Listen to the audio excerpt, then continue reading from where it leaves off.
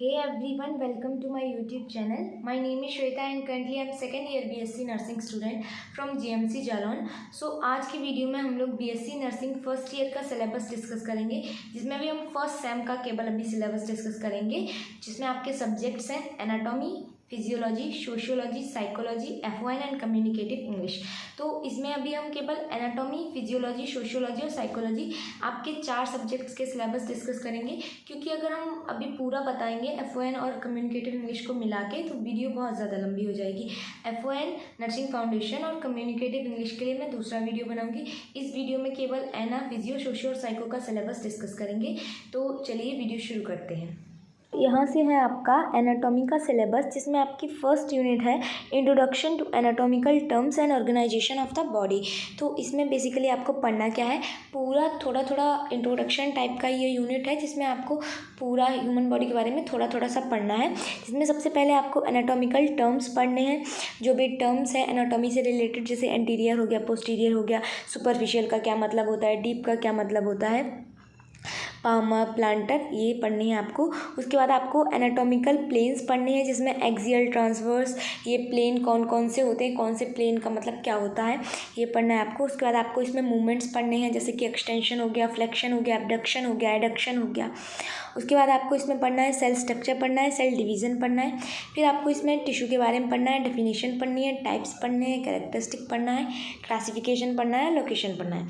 फिर आपको मेम्ब्रेन्स पढ़नी है, इसमें ग्लैंड्स पढ़नी है, क्लासिफिकेशन पढ़ना है. फिर आपको इसमें जो मेजर बॉडी सरफेसेस हैं और बोनी लैंडमार्क्स हैं बॉडी में, सारे ऑर्गन्स में, ह्यूमन बॉडी का ऑर्गेनाइजेशन पढ़ना है. कार्टिलेज के बारे में पढ़ना है इस चैप्टर में आपको. फिर स्केलेटल के बारे में पढ़ना है, मसल्स के बारे में पढ़ना है, मतलब जो भी आपकी मसल्स हैं, स्मूथ, स्केलेटल, कार्डियक, उन मसल्स के बारे में आपको पढ़ना है. फिर आपको जो पूरा ह्यूमन बॉडी जितना आपने इंट्रोडक्शन अभी से अभी तक पढ़ा है इस चैप्टर में, उसका नर्सिंग में क्या यूज़ है, उसके क्या एप्लीकेशंस है, वो पढ़ने हैं. तो आपका फर्स्ट चैप्टर में ये पढ़ना है. तो ये जो चैप्टर मतलब सिलेबस बता रही हूँ उसी के अकॉर्डिंग पढ़ना है, क्योंकि बुक्स में किसी बुक्स में तो बहुत ओवर दे रखा है, किसी में कम दे रखा है, तो वो आपको अपने तरफ से पढ़ना है. जितना सिलेबस है पूरा कवर करना है. नेक्स्ट यूनिट है आपकी रेस्पिरेटरी सिस्टम. तो इसमें क्या पढ़ना है आपको, structure of the organ of respiration, जो आपके रेस्पिरेशन के ऑर्गन हैं उनके बारे में पढ़ना है. फिर आपको मसल्स के बारे में पढ़ना है, जो भी मसल्स रेस्पिरेशन में इंक्लूडेड है. फिर आपको उसका एप्लीकेशन पढ़ना है नर्सिंग में, और उसको कैसे इम्प्लीकेट करना है नर्सिंग में, वो पढ़ना है. फिर आपकी जो थर्ड यूनिट है डाइजेस्टिव सिस्टम, उसमें आपको पढ़ना है structure of alimentary canal and accessory organ of the digestion. Alimentary canal का स्ट्रक्चर पढ़ना है, और जो भी असेसरी ऑर्गन्स हैं जो डाइजेशन में हेल्प करते हैं उनके बारे में पढ़ना है. और उसके बाद आपको इसका एप्लीकेशन पढ़ना है नर्सिंग में. ये जो एप्लीकेशन और इम्प्लीकेशन है ये आपको मैक्सिमम जितने भी यूनिट्स हैं सबके लास्ट में मिल जाएगा, और वो आपको पढ़ना होता है. मेनली ये डिसीज़ कंडीशन के बारे में बताता है, कोई अबनॉर्मेलिटी होती है उस सिस्टम से रिलेटेड, तो वो वहाँ पर आपको पढ़ना होता है. नेक्स्ट है आपकी unit circulatory and lymphatic system. तो ये आपका चैप्टर, ये जो यूनिट है आपकी थोड़ी सी बड़ी है, बट इसमें बेसिकली आपको सब कुछ ही पढ़ना है. सबसे पहले इसमें structure of blood components, blood vessels, arterial and venous system. Next है आपका position of heart related to the associated structures. इसमें हार्ट की पोजीशंस पढ़नी है. उसके बाद चैम्बर्स के बारे में पढ़ना है, हार्ट की लेयर्स के बारे में पढ़ना है, हार्ट में जो वॉल्व्स हैं, कोरोनरी आर्टरीज़ के बारे में पढ़ना है. नेक्स्ट है nerves and blood supply to the heart, मतलब कौन सी नर्व है जो हार्ट को ब्लड सप्लाई करती हैं. लिम्फेटिक टिश्यू के बारे में पढ़ना है. वेंस, कौन कौन सी वेंस होती हैं जो आपके आईवी इंजेक्शंस में यूज़ होती हैं, उनके बारे में पढ़ना है. फिर आपको एप्लीकेशन और इम्प्लीकेशन इन नर्सिंग, ये तो सारे चैप्टर्स में आपको पढ़ना ही है. नेक्स्ट है आपकी यूनिट द एंडोक्राइन सिस्टम. तो इसमें आपको क्या पढ़ना है, structure of hypothalamus, pineal gland, pituitary gland, thyroid gland, parathyroid gland, thymus gland, pancreas and adrenal gland. Basically इतनी सारी जो ग्लैंड्स हैं उनके बारे में आपको पढ़ना है. और कुछ मतलब बुक्स में आपको ज़्यादा दे रखी होंगी, तो आपको अपने सिलेबस जितना तो कवर करना ही है. ज़्यादा दे रखी हैं तो एटलीस्ट सिलेबस कवर कर लेना, कम है तो ऐड कर लेना अपने तरफ से, ठीक है. नेक्स्ट यूनिट है आपकी सेंसरी ऑर्गन्स. तो इसमें क्या पढ़ना है आपको, स्ट्रक्चर ऑफ स्किन पढ़ना है, आई, ईयर, नोज़ एंड टंग के बारे में पढ़ना है. और उसके बाद उसका एप्लीकेशन और इम्प्लीकेशन इन नर्सिंग पढ़ना है. नेक्स्ट यूनिट है आपकी मस्कुलोस्केलेटल. ये भी आपकी काफ़ी बड़ी यूनिट है, तो इसको भी आपको बहुत अच्छे से पढ़ना है. तो इनमें सबसे पहला जो है आपका स्केलेटल सिस्टम के बारे में दिया है। इनमें फिर से आपको एनाटॉमिकल पोजीशंस के बारे में पढ़ना है, बोन्स के बारे में पढ़ना है, types, structures, growth and ossification, मतलब जो प्रोसेस होती है बोन के बनने की उसको बोलते हैं। फिर इस एक्सियल और अपेंडिकुलर स्केलेटल पढ़ना है। जॉइंट्स के बारे में आपको पढ़ना है, classification, major joints and structure पढ़ना है उनका। देन उसके बाद आपको पढ़ना है application and implication in nursing. ठीक है, नेक्स्ट यूनिट है आपकी मस्कुलर सिस्टम। तो मस्कुलर सिस्टम में आप ये नेक्स्ट यूनिट नहीं है, उसी का पार्ट है। पहला पार्ट था आपका स्केलेटल सिस्टम, देन दूसरा पार्ट है आपका मस्कुलर सिस्टम। इसमें आपको क्या पढ़ना है, types and structure of muscles पढ़ना है, मसल्स के ग्रुप्स पढ़ने हैं, कौन सी मसल्स जो आपके हेड में है, नेक में है, thorax, abdomen, pelvis, upper limb and lower limbs की मसल्स को पढ़ना है। फिर आपको जो प्रिंसिपल मसल्स हैं उनके बारे में पढ़ना है। डेल्टॉइड हो गया, biceps, triceps, respiratory muscles, abdominal, pelvic floor muscles, gluteal muscles and vastus लैटरलिस के बारे में आपको पढ़ना है। फिर आपको पढ़ना है जो मेजर मसल्स हैं नर्सिंग प्रोसीजर में इन्वॉल्व हैं उनके बारे में पढ़ना है। नेक्स्ट है आपका द रीनल सिस्टम। तो आपको रीनल सिस्टम के बारे में पढ़ना है, जिसमें बेसिकली आपको स्ट्रक्चर ऑफ किडनी पढ़ना है, यूरेटस पढ़ना है, ब्लैडर पढ़ना है, यूरेथ्रा। नेक्स्ट है आपका application and implication in nursing, तो ये पढ़ना है आपको। नेक्स्ट है आपका यूनिट द रिप्रोडक्टिव सिस्टम, ये आपकी यूनिट है, तो इसके बारे में आपको पढ़ना है। इसमें क्या क्या दिया गया है, सबसे पहले आपको मेल रिप्रोडक्टिव सिस्टम है और फीमेल रिप्रोडक्टिव सिस्टम है। उसके बाद है स्ट्रक्चर ऑफ ब्रेस्ट, तो इसमें जो सबसे ज़्यादा इंपॉर्टेंट है वो है फीमेल रिप्रोडक्टिव सिस्टम। ठीक है, नेक्स्ट यूनिट है आपकी द नर्वस सिस्टम। तो इसमें आपको क्या पढ़ना है, रिव्यू स्ट्रक्चर ऑफ न्यूरॉन्स के जो स्ट्रक्चर्स हैं उनको रिव्यू करना है। CNS के बारे में पढ़ना है, ANS के बारे में पढ़ना है, PNS के बारे में पढ़ना है। ठीक है, नेक्स्ट है structure of brain, spinal cord, cranial nerves, peripheral nerves, functional areas of cerebral cortex, इनके बारे में अब आपको पढ़ना है। नेक्स्ट है वेंट्रिकुलर सिस्टम, जिसमें फॉर्मेशन, सर्कुलेशन एंड ड्रेनेज के बारे में पढ़ना है आपको। नेक्स्ट है application and implication in nursing. तो ये जो जितना भी अभी मैंने आपको बताया है ये आपका एनाटॉमी का सिलेबस था। ठीक है, मैं एक बार फिर से दिखा दे रही हूँ, अगर आपको स्क्रीनशॉट लेना है तो आप ले सकते हैं, और अगर आपको लिखना है तो आप लिख भी सकते हैं। ठीक है, ये यहाँ से यहाँ तक, देन आपका यहाँ से यहाँ तक, छोटा करूँगी तो शायद ज़्यादा नहीं दिखेगा। उसके बाद एक यहाँ से यहाँ तक आप स्क्रीनशॉट ले सकते हैं अगर लेना चाहें तो, देन यहाँ से यहाँ तक, एंड ये आपका हो गया। तो अभी हम देख रहे हैं अप्लाइड फिजियोलॉजी का जो सिलेबस है, तो एक बार वो देख लेते हैं। फिजियोलॉजी में सबसे पहला यूनिट है आपका general physiology and basic concepts. General physiology and basic concept, तो इसमें आपको क्या पढ़ना है, सेल की फिजियोलॉजी पढ़नी है आपको, उसमें ट्रांसपोर्टेशन जो होता है सेल का वो पढ़ना है, मेम्ब्रेन के अक्रॉस जो ट्रांसपोर्टेशन होता है वो पढ़ना है। देन बॉडी फ्लूइड्स के बारे में पढ़ना है, distribution of total body fluids, intracellular and extracellular compartments, major electrolytes and maintenance of homeostasis, तो ये पढ़ना है आपको फिजियोलॉजी में। देन आपको सेल साइकिल पढ़ना है, टिश्यू में फॉर्मेशन कैसे होता है, रिपेयर कैसे होता है टिश्यू का वो पढ़ना है, membranes and glands and functions पढ़ने हैं उनके। फिर application and implication in nursing. Then आता है रेस्पिरेटरी सिस्टम। तो रेस्पिरेटरी सिस्टम में आपको क्या पढ़ना है, सबसे पहले functions of respiratory organs, physiology of respiration, pulmonary circulation, functional features क्या हैं इसके, फिर pulmonary ventilation, exchange of gases, carriage of oxygen and carbon dioxide, exchange of gases in tissues, then regulation of respiration. फिर इसके बारे में आपको पढ़ना है इसके थोड़े एबनॉर्मलिटीज़ जो होती हैं, जैसे कि हाइपोक्सिया हो गया, cyanosis, dyspnoea, periodic breathing, respiratory changes during exercise and application and implication in nursing. तो ये हो गया आपका दूसरा unit respiratory system. Third unit है आपका डाइजेस्टिव सिस्टम। कुछ बुक्स में क्या किया है कि आपका एनाटॉमी और फिजियोलॉजी एक साथ दे दिया है, तो वो आपको देखना है क्या एनाटॉमी है और क्या फिजियोलॉजी है। एनाटॉमी में बेसिकली आप उन स्ट्रक्चर्स जो भी आपके ऑर्गन्स होते हैं उनका स्ट्रक्चर्स पढ़ते हो, और फिजियोलॉजी में उनका क्या फंक्शन है वो पढ़ते हो। ठीक है, तो डाइजेस्टिव सिस्टम में आपको फिजियोलॉजी में क्या पढ़ना है, function of organs of digestive tract, saliva, composition, regulation and secretion and functions of saliva, composition and function of gastric juice, mechanism and regulation of gastric secretion, फिर composition of pancreatic juice, function, regulation of pancreatic secretion, then function of liver, gall bladder and pancreas, composition of bile and formation, then secretion and function of small and large intestine, movements of alimentary canal, digestion in mouth, stomach, small intestine, large intestine, absorption of food. then आपको पढ़ना है application and implication in nursing. फिर आता है 4th unit आपका जो है circulatory and lymphatic system. इसमें क्या पढ़ना है आपको, function of heart, conduction system, cardiac cycle पढ़नी है, स्ट्रोक वॉल्यूम क्या होता है, कार्डियक आउटपुट कितना होता है, ब्लड प्रेशर एंड पल्स पढ़ना है, सर्कुलेशन पढ़ना है, सर्कुलेशन के प्रिंसिपल्स, फैक्टर्स क्या हैं, उसके बाद जो पल्स है आपको उसके बारे में पढ़ना है, then coronary circulation, pulmonary and systemic circulation, heart rate, regulation of heart rate, normal values and variation, cardiovascular homeostasis in exercise and posture, application and implication in nursing. Then आपका 5th यूनिट है blood. तो blood में आपको क्या क्या पढ़ना है, blood पढ़ना है, उसके फंक्शंस, उसके फिजिकल कैरेक्टरिस्टिक्स पढ़ने हैं, फॉर्मेशन ऑफ ब्लड सेल्स पढ़ना है, erythropoiesis, functions of RBC, RBC life cycle, WBC types and function. Then आपको प्लेटलेट्स के बारे में पढ़ना है, फंक्शन पढ़ना है, प्रोडक्शन ऑफ प्लेटलेट्स पढ़ना है, clotting mechanism of blood, clotting time, bleeding time, PTT. उसके बाद homeostasis, role of vasoconstriction, platelet plug formation in homeostasis, coagulation factors, intrinsic and extrinsic pathway of coagulation, blood groups and types, functions of reticuloendothelial system and immunity के बारे में पढ़ना है.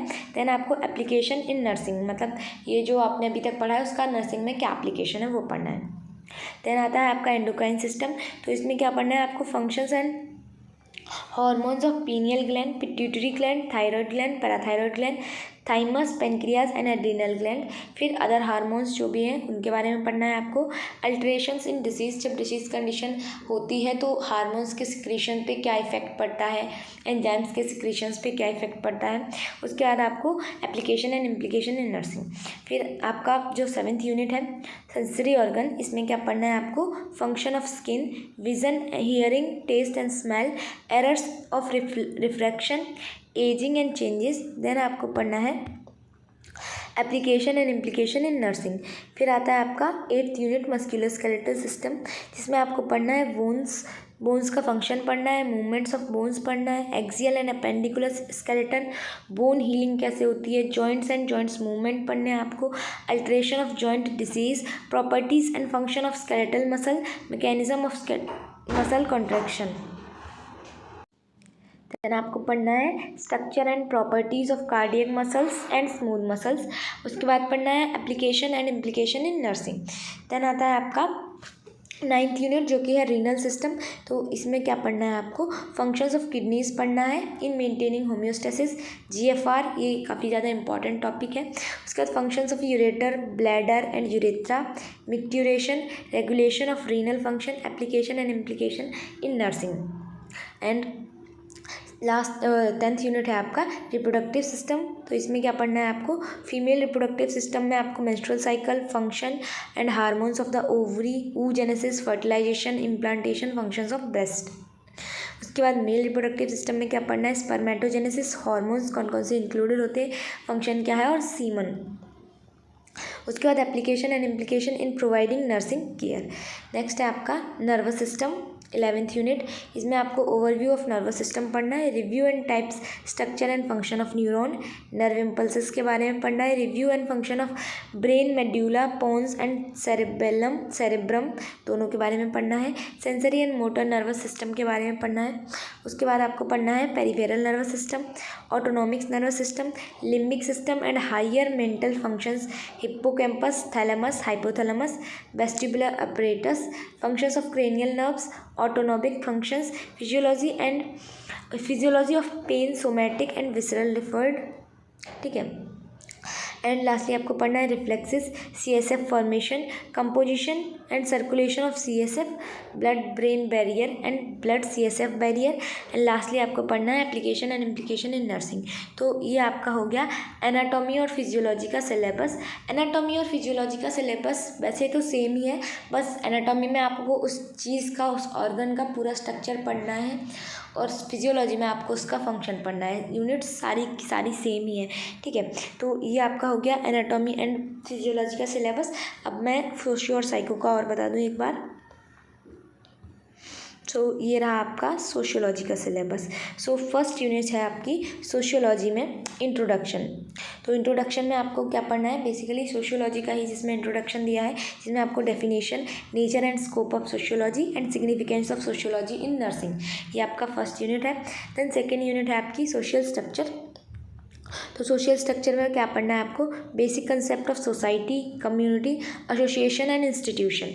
Then आपको individual और society में क्या difference है, पर्सनल डिसऑर्गेनाइजेशन, सोशल ग्रुप्स के बारे में पढ़ना है, उनकी मीनिंग्स, कैरेक्टरिस्टिक्स एंड क्लासिफिकेशन को पढ़ना है। फिर सोशल प्रोसेस आपका, जिसमें आपको definition, forms, cooperation, competition, conflict, accommodation, assimilation और आइसोलेशन के बारे में पढ़ना है। देन सोशलाइजेशन, जिसमें आपको characteristics, process, agencies of socialization पढ़ना है।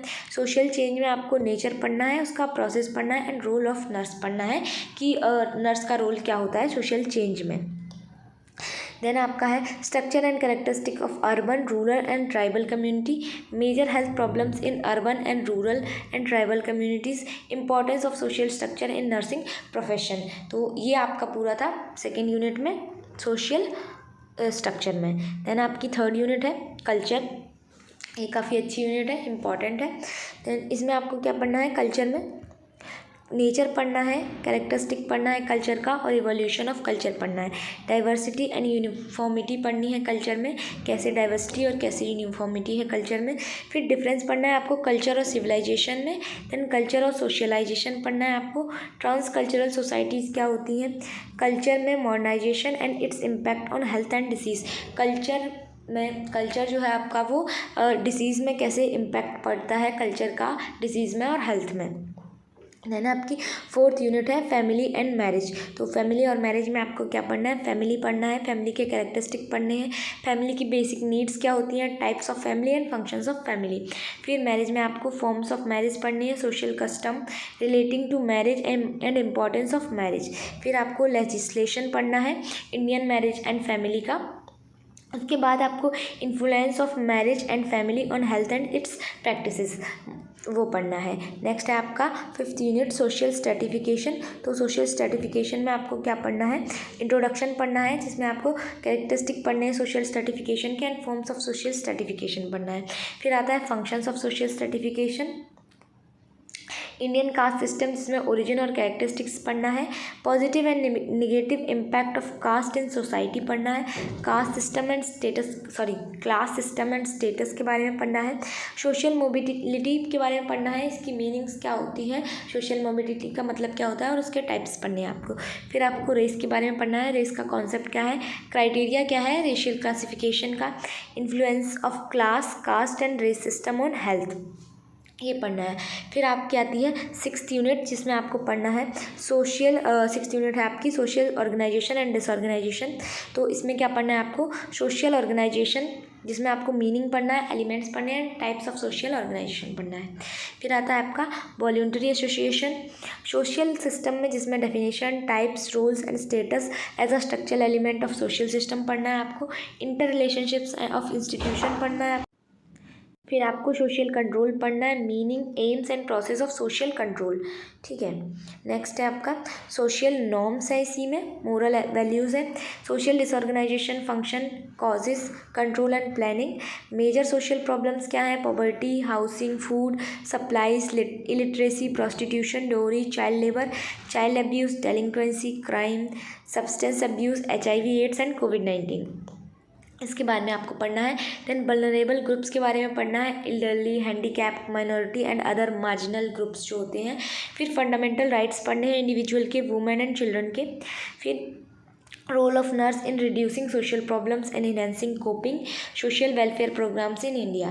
नेक्स्ट है आपका लास्ट यूनिट है क्लिनिकल सोशियोलॉजी, जिसमें आपको पढ़ना है introduction to clinical sociology, sociological strategies for developing services for abused, then use of clinical sociology in crisis intervention.